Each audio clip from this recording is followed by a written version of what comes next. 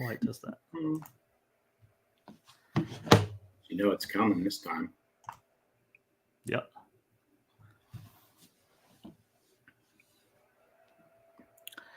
And it looks like we're live here for episode, I believe, 16 of Dude, What's the Bid? My name's Kevin Hill with Brush Pass Research here, as always, with my co-host, Casey Larkin, over at Farelanes. How are you doing today, Casey? Doing well. Thanks for asking, Kev. Doing a live stream from Jacksonville, Florida today for the first time. So excited about that. But episode 16, episode 17, certainly one of those two. And I think we got a good one in store. I think we do too. So you're in Jacksonville now. So you're officially a Florida man. Officially a Florida man. Exactly. I feel like I've identified with the Florida man for a long time. So glad to finally be connecting the dots. I know it's weird. Florida just has the weirdest stories that pour out of it, and you think about the size of it, you're in Florida now. I'm sitting in Texas now. You just don't have the weird stories. Mitch from Thai Software, who'll be joining us in just a few minutes. He's our special guest. He's in California. You see some California stories, but, there's nothing like a Florida man story. Very true. It's very true. You never know what you're going to get in the great state of Florida, the Sunshine State. Everything from, Miami to the swamp. It leaves a lot of room for some creative boys. It really does. It does. I think I think the people who migrate to Florida are just a little bit different than people who migrate other places. It's somewhat like they're trying to escape. Not everybody, right? But you do find that theme in there. But in other news, it's a good sports weekend. Football season is back. I don't know. Is the NFL playing this week or is it next week that they start? Next Thursday. Next Thursday. From today. Ravens and Chiefs. That'll be a good Thursday night starting off point. College football, though, is back this weekend. Right. OU gear, setting up for it. Baseball is entering the final stages before the playoffs. The big playoff runs that the O's are out there. So it's interesting. It's not 110 degrees here. It's 95. Yeah. So fall is in the air. The weather broke, right? That humid, horrible weather kind of broke this week. And it feels nice. So through the fire and flames, baby. On to Q4. On to Q4. We're just turning the corner. And talking about turning the corner, Q4, freight market, freight tech. We have a great guest with us this week from Thai Software. He's the CEO over there, and that is Mitch Mitchell. And we'll bring him up right now. Hey, Mitch. Hey, good morning, gentlemen. Kevin, Casey, thanks for having me. You bet. Anytime. Yeah. It's we're just talking about it right now, sports and everything. But yeah, we're almost to Q4. We're getting there. One more month and we'll be in Q4. It is coming quick. I was thinking too, as I was listening to you guys start out, the three of us are really in a unique position. I mean, between the Florida, we got Florida Man and all the stories that come from Florida. Texas is no slouch in the media either. No. And in California, we take our fair share of a beating. So I'm pretty sure we could do a full hour just on how chaotic all three of our states are. I would say we're probably the most prolific states in the union, right? Yeah. So, yeah. Talk about like land area and population wise, they're the three biggest, right? Yeah. Well, and also like the amount of stuff that comes from our states, right? I mean, obviously there's some other very big important states too, and but yeah, we get a lot of stories from our states. It's pretty fun. I know, right? And they're Yep. much different too, right? Very Florida different, man and Texas man and California man stories are just different. It's Oh like yeah. different genres of Yeah. craziness. Oh yeah, very different, right? So keep us entertained, that's for sure. It does. It definitely does. So Mitch, how's everything over at Ty? How's 2024? What's cooking? Yeah. Ty's been really fortunate to be in a great spot. We've been doing really well the last couple years. It's been a great adventure. It's been a great thing to be a part of, and to be a part of the team that's here at Ty, because we've been having so much fun and we've been doing so many cool things. That's been really cool. Now 24 has been a little tougher, right? I mean, I think we've all heard that the freight market's a little tougher than it had been, and that continues to be a theme. I'm still waiting for somebody with that crystal ball to tell us when it's going to be over. I've heard we're at the bottom. I've heard we've seen the worst. I've heard we're on the rise. I've heard it's going to stay slow. I really wish we had a crystal ball to tell me when it was going to turn. I do too. I wish I had a crystal ball too. I do think we're at the bottom. I think we've probably seen the worst. On the rise, wait and see. Hopefully, if you want to be optimistic, definitely hope. But it could be it's kind of been a long bottom as well too. So yeah, I wish I had that crystal ball. I guess in other words, right? I know. I was counting on you, Kevin. I was counting on you. I know, right? I know. I just don't have the crystal ball, so we'll continue to power through it, though, right? Yeah, it's been interesting from Ty's perspective that as a software provider, we're a little insulated from some of the day-to-day freight changes that happen, but we do see the transactions, and part of our model is that we get paid on the freight transactions that move through our system. But it has been interesting that what we've seen is some of our top brokers have seen significant increases in volume this year, and like to the tune of some 30, sometimes 40%. But then we've seen a lot of our smaller brokers really struggling. And just for context, we only work with freight brokers, so that's all we see are the broker space. But it's been a real interesting dynamic, and to see how that's been going on. And it hasn't just been large and small that have been succeeding and struggling. It's been varied through it, but we have seen a lot more growth in our customer base than we expected.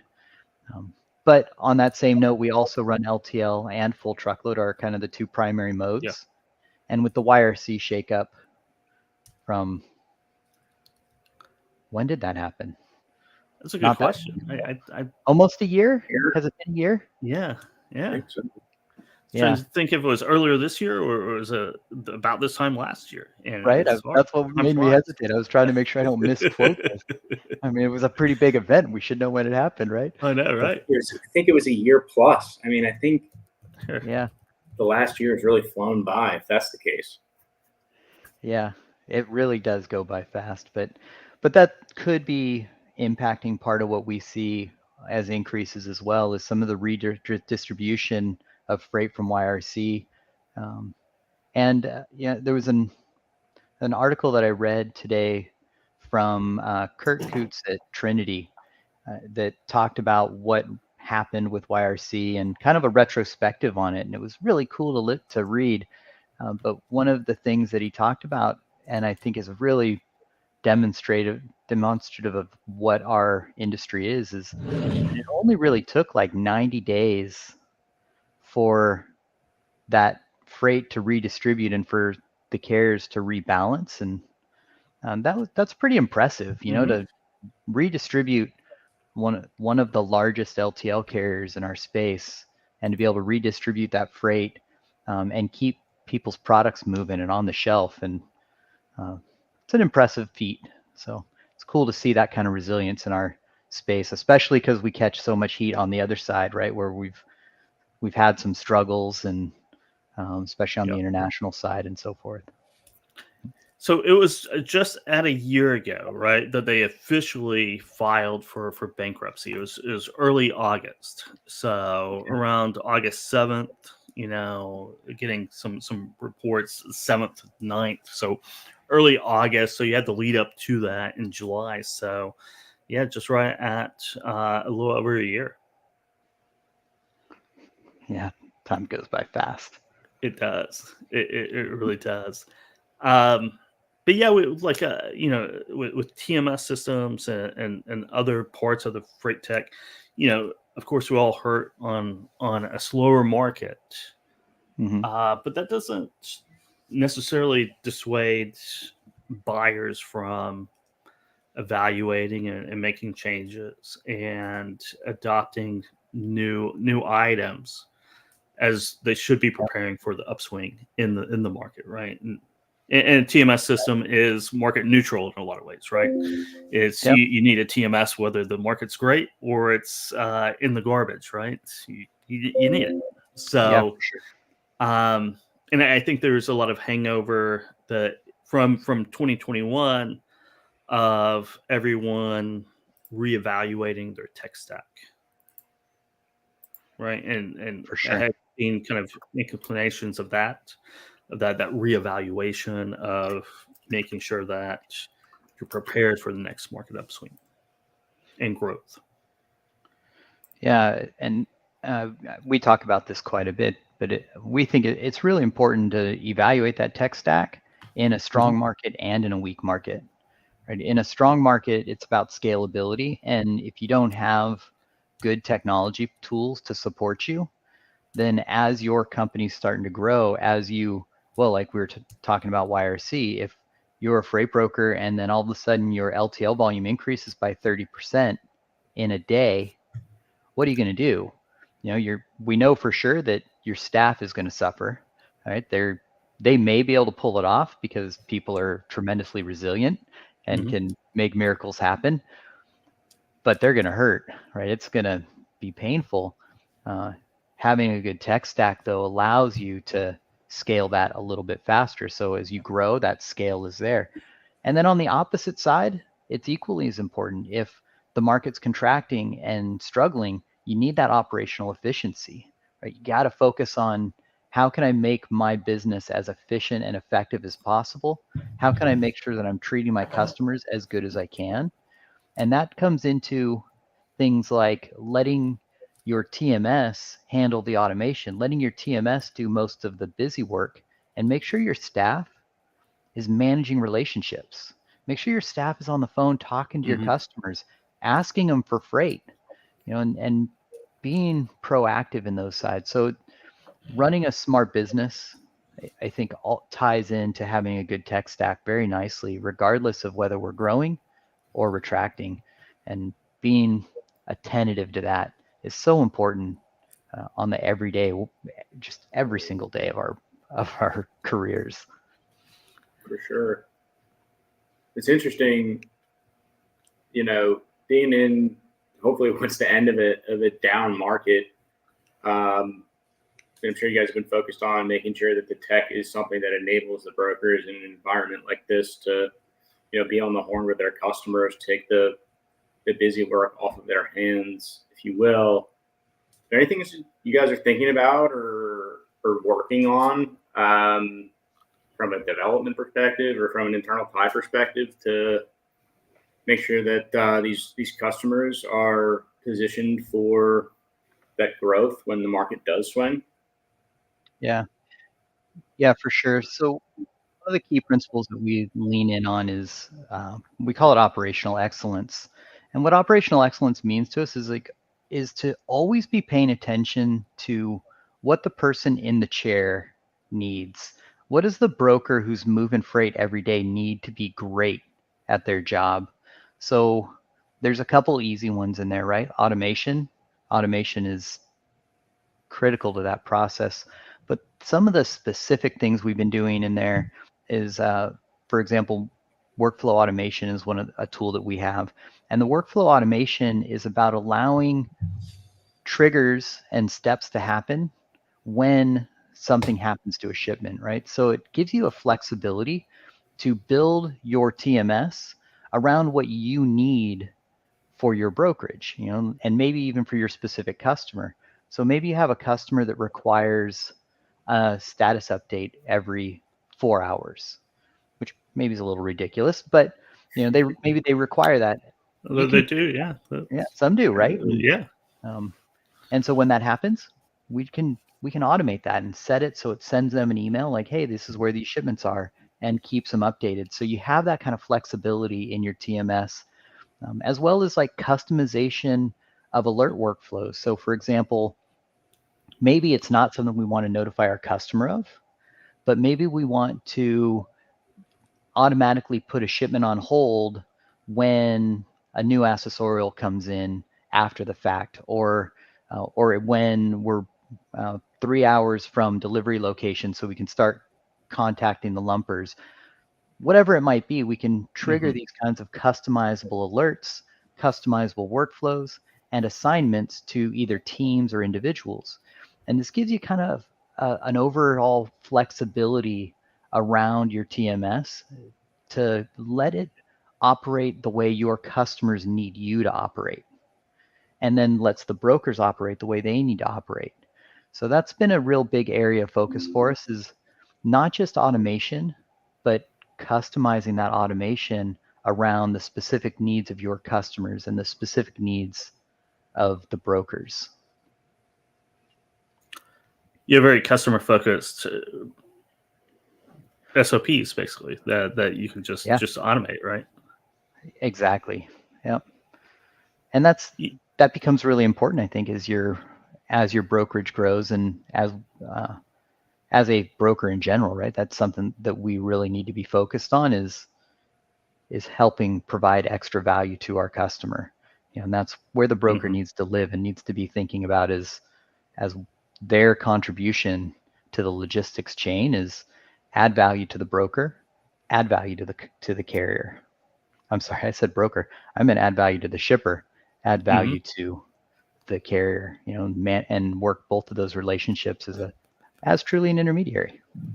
Yeah. Here's an oddball question. Do you think we're trending, it might be 5 or 10 years, who knows, where a lot of functions, we're going to automate a lot of things, but a lot of the functions that we actually physically enter in now, or command or prompt, would just be all voice activated, and we'll just communicate, build the load, build this, and you just kind of dictate instead of type and move screens. Absolutely. We're seeing that with the AI adoption that's coming around right now. Like one of the tools that we've built into the TMS, which is really fun to play with and an exciting step, is when an email comes in that says something like, hey, I got to pick up today from my warehouse in DC, heading to, whatever name of my customer is in Texas. The TMS can then take that and build a load out of it, and then alert the user in the TMS that, hey, here's the load that was built off of this information. We used AI to extract more information and try to understand what my warehouse in DC means, and to understand what that customer's location in Texas is, so that we can expand on those information and fill out as much as we can. So we're not creating a perfect load, but we're creating an 80% load. And then the user can add that additional 20%, but we've saved them the 80%. And that's a tremendous step in the right direction, right? Of helping make it a little easier for the broker. And the using speech to do that is absolutely there as well. And I'll turn this into a personal conversation a little bit too. I have a son who's dyslexic, and he goes to a school that's kind of specialized in that. And dyslexics they struggle to read, right? That's one of their challenges. And typing is slow, right? They're just slow readers, slow typers. But at the school he's at, they teach him to use text to speech and speech to text, and so forth. And those tools allow him to be exceptionally fast. I would almost argue that he can write an email and a paragraphs faster than I can type them, right? Yeah. So because he's gotten so good at it, and he learns how to use the tool to do 80% of the work. And to being real candid about it, I've used that as we design the AI components at TIE, because we're not trying to do 100% of it with speech. We're trying to get 80% and then go back and review it. And the same thing applies to our AI implementations. We're not trying to remove the user. We're not trying to remove the review. We're trying to get 80% of it done so that you can just scan through it and be like, all right, I got this. Let's rock and roll, and reduce that time and reduce that effort so that you can be more effective at all these steps, and take advantage of the technology where you can, but take advantage of the human where you need to. And so we use a term sometimes that it's, instead of human in the wheel, it's human on the wheel. So you're monitoring it, but you're not in the deep of it, right? You're not in the middle of it. No, I totally understand that. So I've been playing around with ChatGPT a little bit with and just really at the beginning stages, but uploading data in spreadsheets and playing around with how I can get better at having AI do the work, right? Yep. I can probably go in and do 80% of it, and, flip through, do the formulas, look at this, look at that. But I can make errors, make a lot of errors. And you get stuck with formulas and, trying to piece it all together. If you can just prompt and say, this is what I want to do, and it just goes out and does it, and you don't have to do that manual work of tracking all the cells and things like that, and brings it back to you with your results, and then you can tweak it and you can go in and analyze it. To me, that's a lot of fun. It is a lot of fun. It's better than going in and trying to go through different tabs and do VLOOKUPs and everything. It's just like, oh, well, if I could just tell the AI what I want, deliver the results, and then I can double check it. That's cool. Exactly. Yeah, that's a great use of ChatGPT and the AI tools. And I use it a lot for emails. So when I get a long chain of emails, to just summarize this whole chain for me and give me the short version. Can really be really helpful. Yeah, it really can.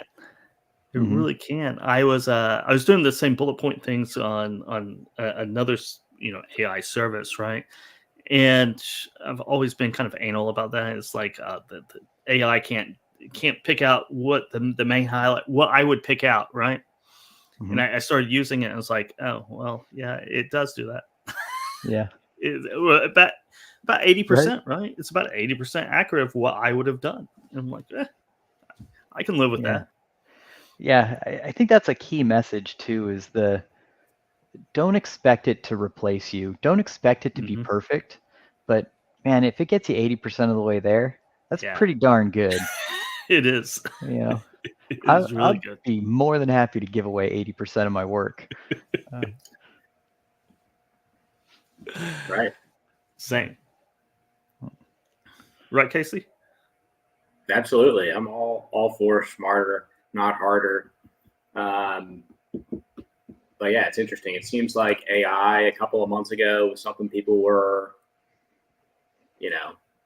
questioning, right? The efficacy of it. Is it more vaporware? I think there have been a lot of promises made by tech companies to market participants in the last couple of years, but it's interesting to start to see maybe some more real use cases coming out, or stories of them.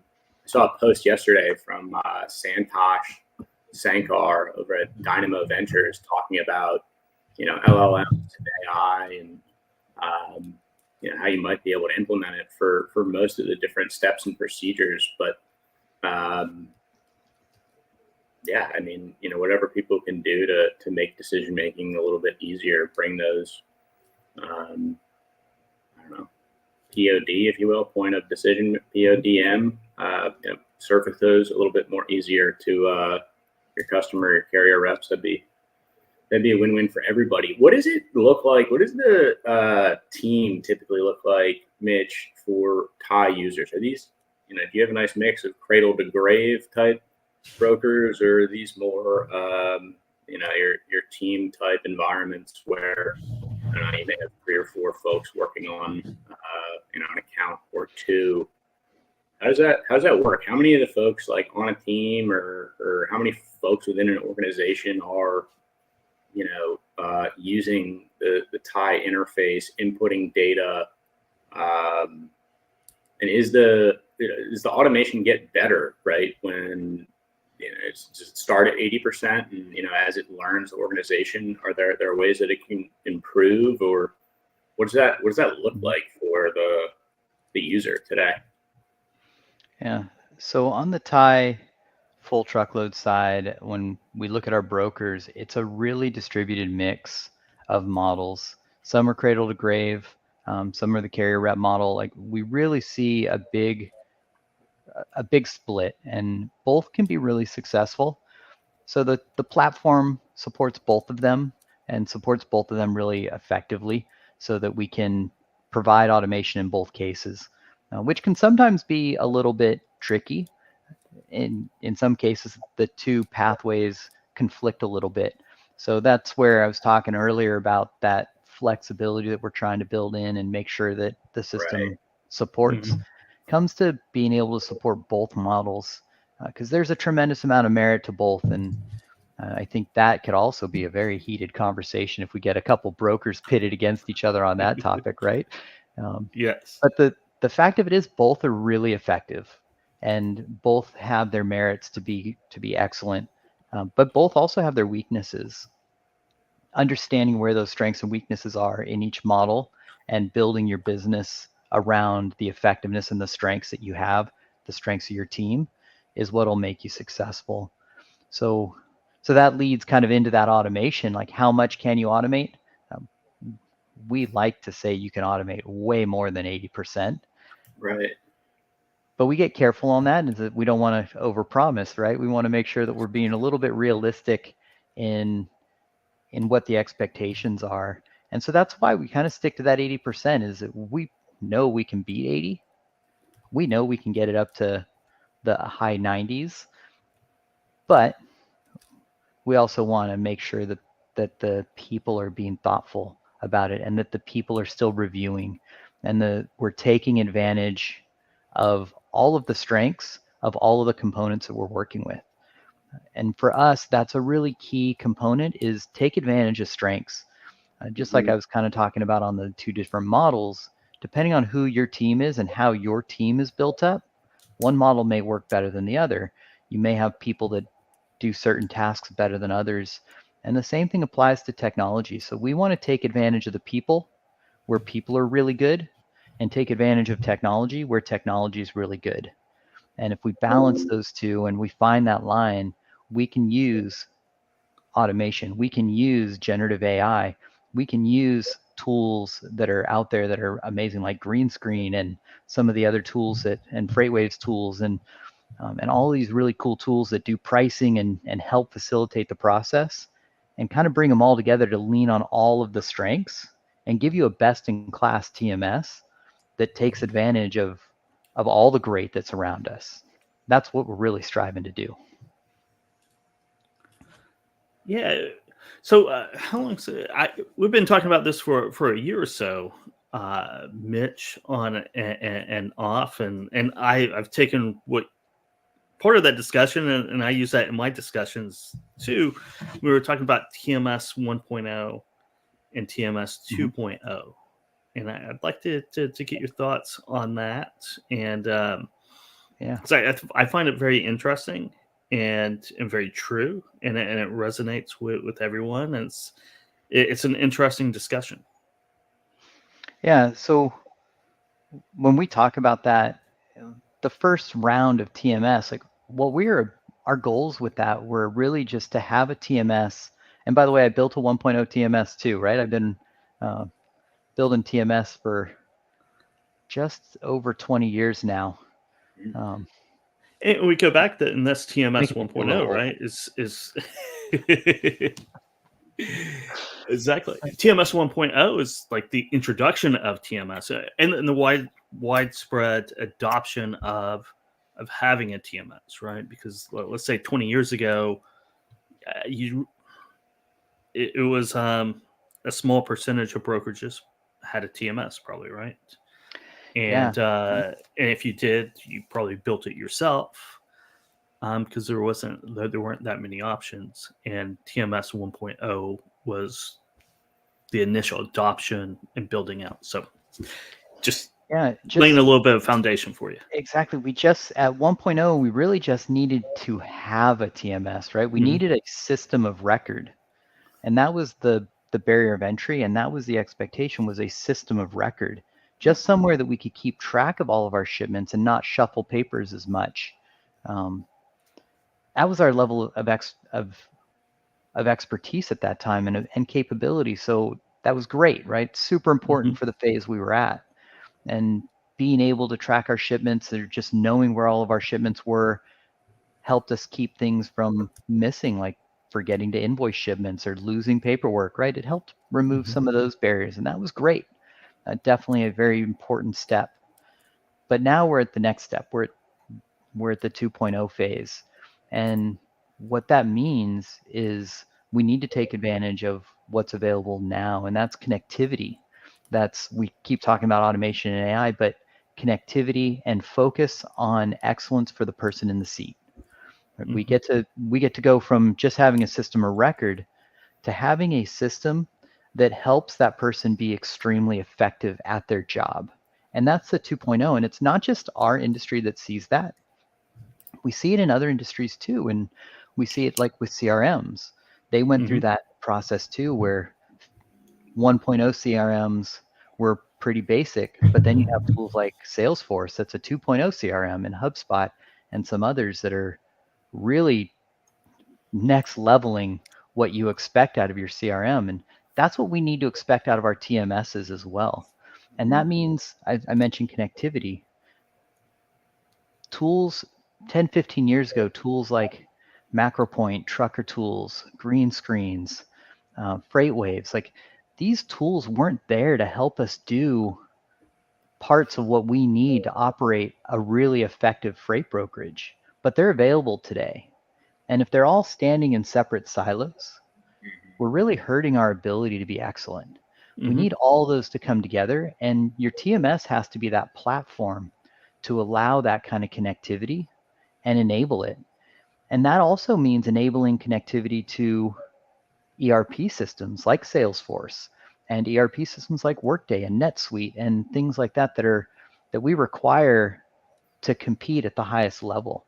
And a good TMS can do all of that and allow those tools to help you where those tools are effective, integrated right into the user experience so that it's a seamless process. And that's what we're doing at Ties. We're really pushing that 2.0 level, and we see like the contradiction to that is where you still have like an on-premise system maybe that's locked in and doesn't have flexible APIs. Like that was great 10 years ago, but today we got to level up these expectations and help drive a better set of connectivity and better flexibility. And one of the things we like to use with that topic as well is the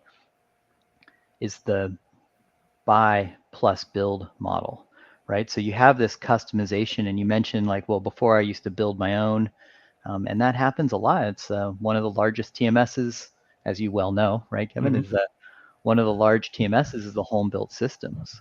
But another option is to buy a system like ours, like Ties, that allows that connectivity and take advantage of the connectivity, which sometimes you don't even need a development team for.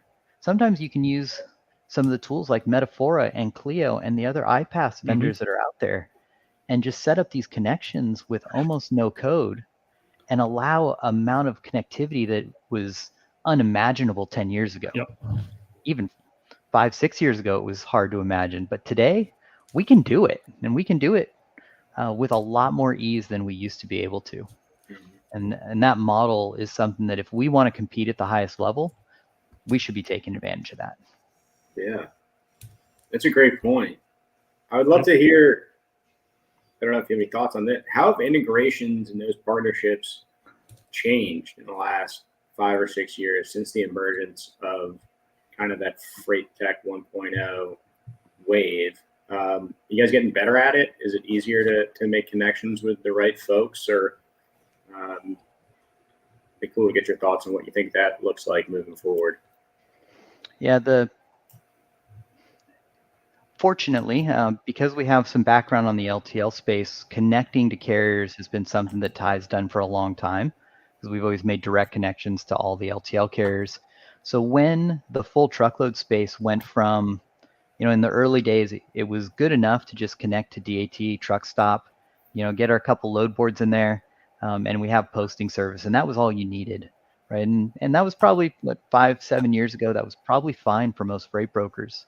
But today, you do need to connect to a lot more services, right? The trucker tools, the macro point for tracking highway, my carrier packets, those things for the insurance and the fraud prevention, and there's all these different pieces. And so what we find is that those tools are purpose built, and being that they are purpose built, they don't compete with a TMS. They're meant to be standalone products that specialize and do their specific jobs at a high level of excellence. And what that means is they really have to rely on connectivity. And that's what adds additional value to their products, is the ability to connect to TMSs. So as a TMS platform, we've embraced that from the beginning. And since we're built with connectivity in mind, as these guys started coming onto the scene and providing their services as really specialized components, it became easy for us to connect to them. And what we do constantly is work closely with those partners to make sure that we're not just connecting to their APIs, but connecting to their APIs in a way that brings value to our users. Right. And sometimes that's the hardest part, is like asking them, like, what do you need a user to see in a TMS to make it valuable? Like, where does that need to happen? How does that relationship work? And working together with the partners allows us to do that and elevate that. So we're not just connecting the APIs, right, but also making a great experience. And when we talk about automation, right, you need a TMS, right? It's number one. Then you need the collaboration, the integrations to have a fuller workflow, right, or more complete workflow before you can really make headways into automation, right? Because That's right. you can't automate in silos. It kind of, I won't say it defeats the purpose, but it makes it too narrow. Too narrow. Yeah. You need the integrations. You need the connectivity to have a complete workflow that is available to automate. That's right. Yeah, So it's like a natural progression. You can't have one before the other, almost, right? For can you? I think you need them both to work together. Like, a great example of this is we recently, we've had integration to trucker tools for a long time, and they do a great job on the track and trace side, and well, more than that. But that integration's been in our system forever. But we were just talking to a customer a couple months ago, and they were talking about, well, can I check to see if a driver supports ELD before I book them? And that was interesting, because we're like, all right, great point. Like, this makes a lot of sense. I do want to know if I have ELD tracking available before I book the freight, not necessarily after I've sent out my confirmation and after the shipment's ready to be picked up. Can I find out earlier?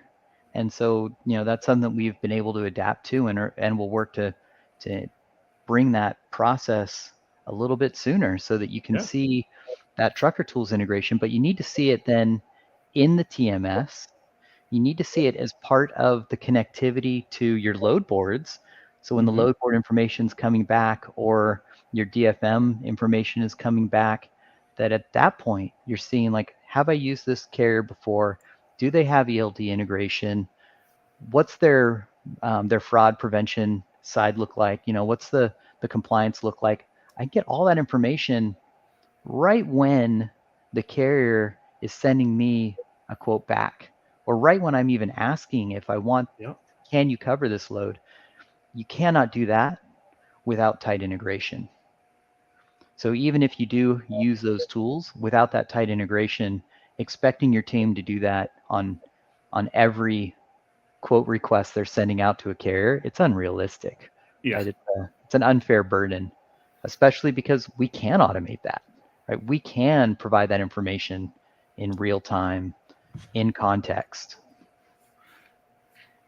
Yeah, it's almost undoable to, and part of that is getting back so you get a quote back, right, and then you have to go do the legwork of tracking ELD, safety, compliance, and it is a burden. But if you get a quote back with everything else, kind of in a dashboard almost, or a one-page report, or however you want to label that, right? But something that you can just look and see, and it gives you all the information you need to make a decision all at once. A tight integration like that is insane.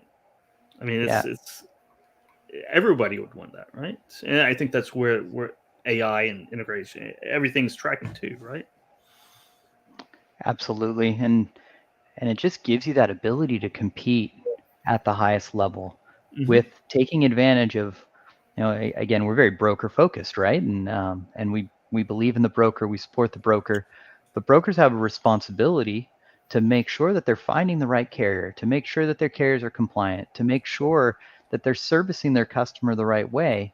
So let's help make sure that happens. And in the TIE platform, we do that with we kind of look at them as like red lights and green lights, and we show 4 icons next to the carrier's name that are either green, yellow, or red based on information that we're pulling from these services.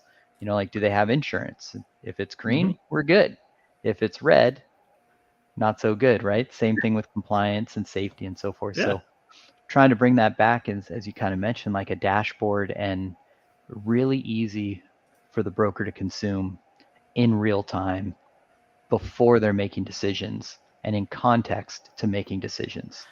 And let's get back to the core of it. We talked about it a little bit earlier. You could spend 20 or 30 minutes of your day tying that information together every time you need to, or your employees can, or they can spend that 20 or 30 minutes of each instance on the phone with the customer.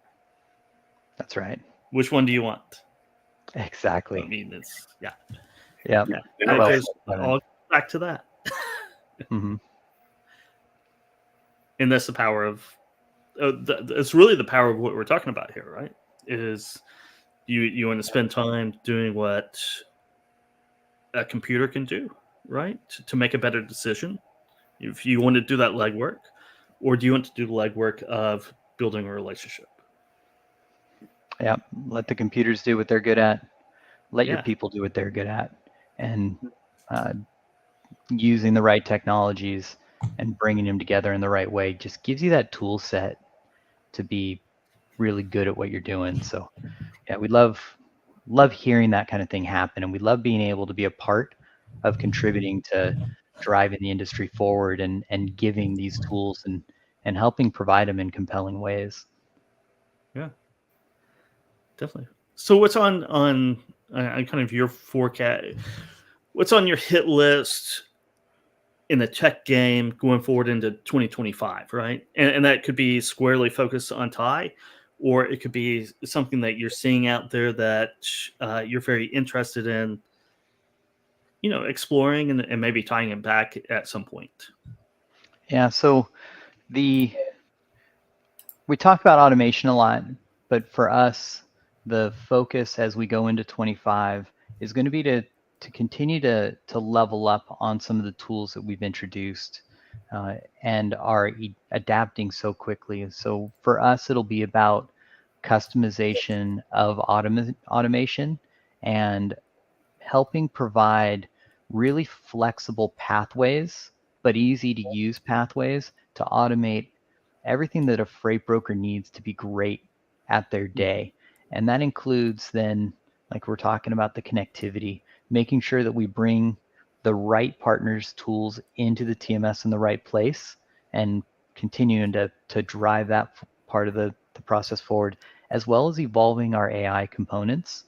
So we've seen a tremendous uptick this year in the adoption of some of our AI tools. And a couple of those I mentioned earlier were the email automation. So one of the things that we're really pushing forward on implementing, and that we've had implemented for a few years now, but it's evolving so fast, and now adoption is following suit with that, is the email, the mailbox.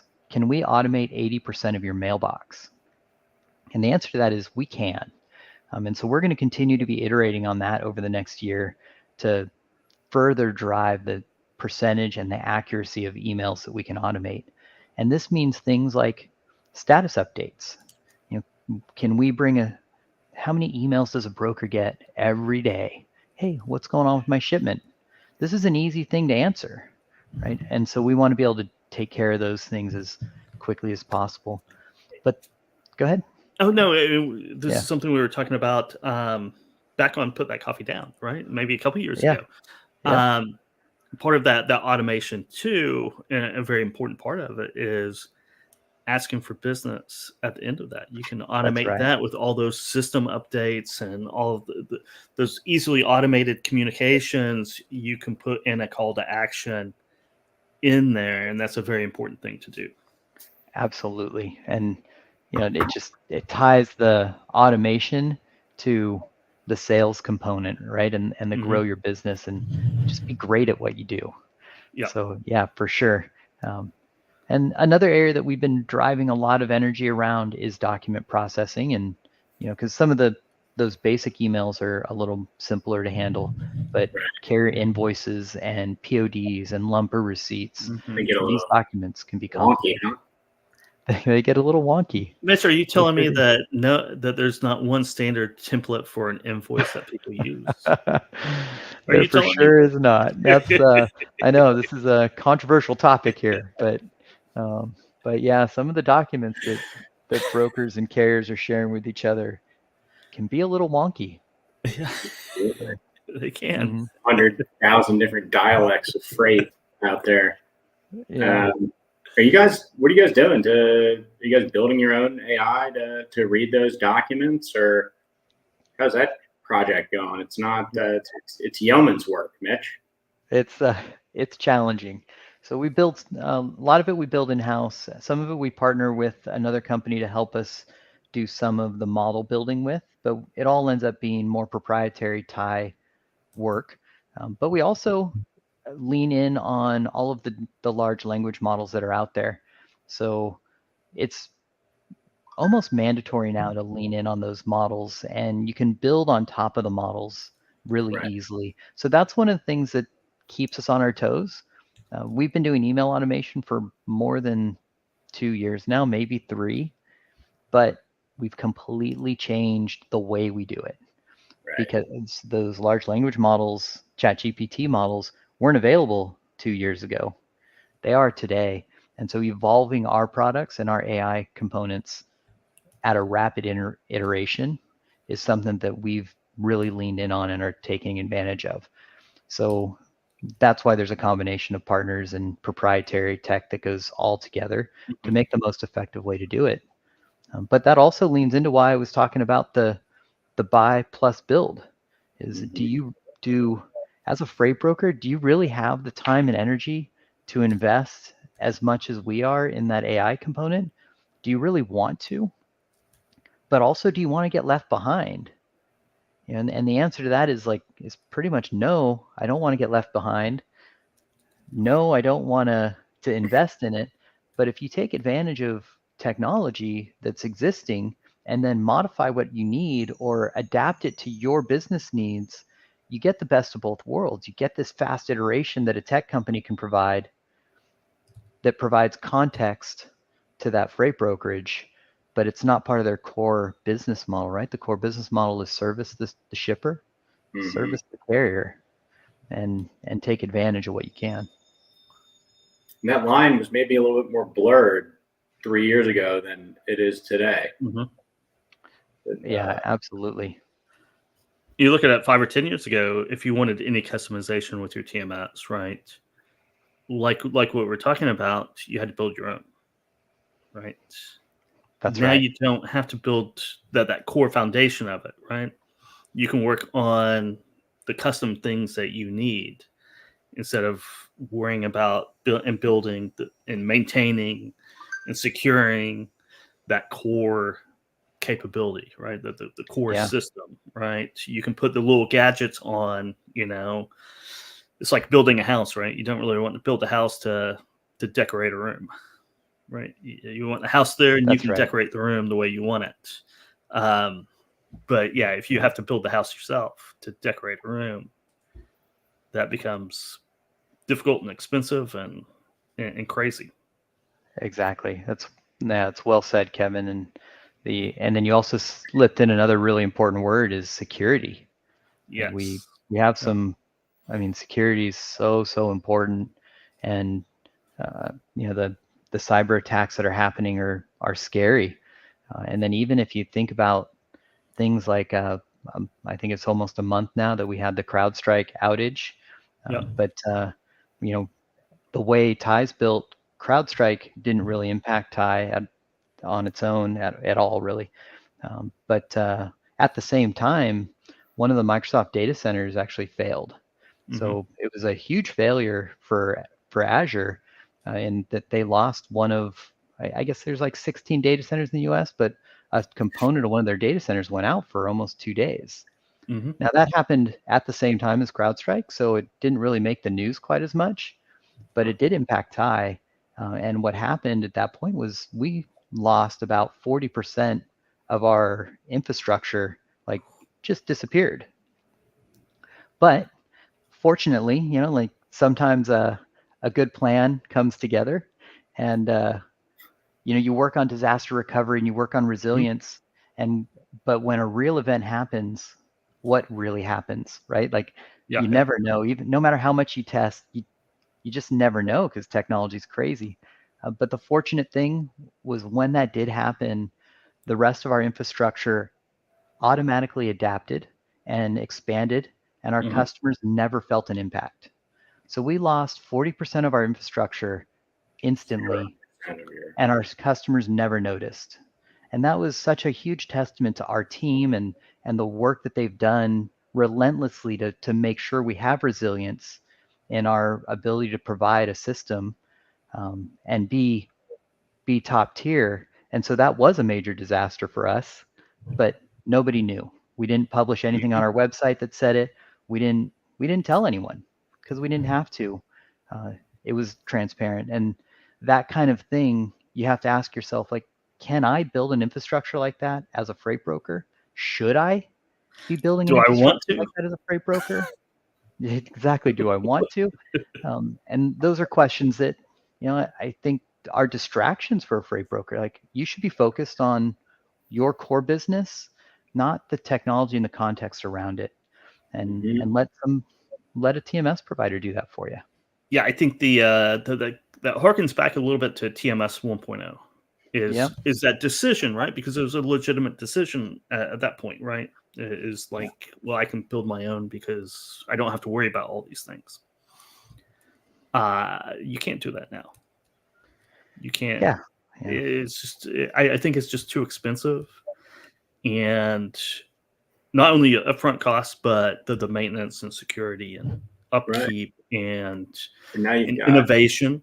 Right, your macro points, your freight guards, your highways, all of these other platforms that Mitch was mentioning earlier, you need to find the connections for, right? I imagine it's harder to build that seamless environment when all those integrations and connections are on your own internal tech teams.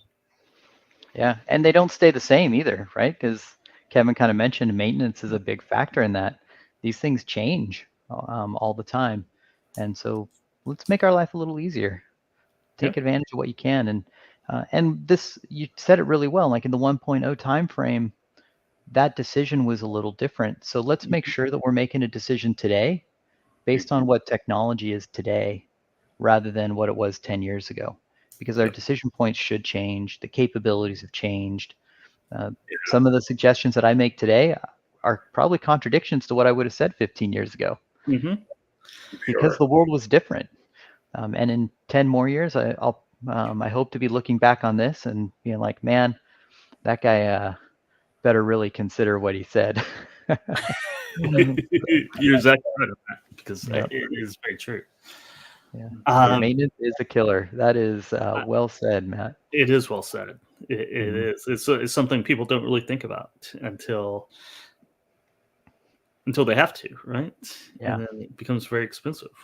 And if you don't think about it, what you end up with is a position where you've acquired so much maintenance debt that you're really far in arrears, and you end up paying a really heavy price.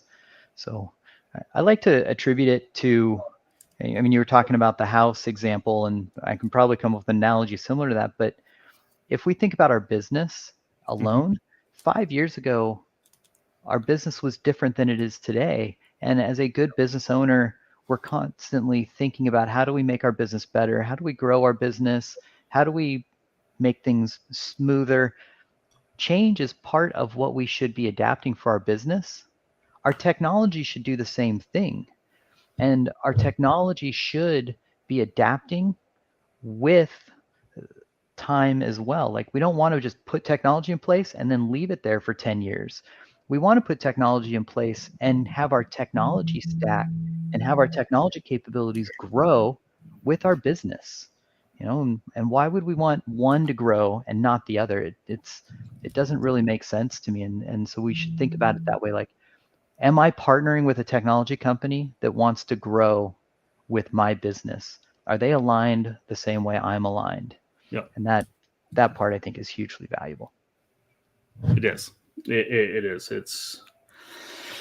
It's decisions that it's just different decisions that you have to make when you're running a freight brokerage than you did 10 years ago. But that's where the business is going. It's becoming more efficient, and it's good. Well, Mitch, thanks for dropping by on Dude, What's the Bid here with Casey and I. It's been a pleasure. It always is a pleasure talking to you.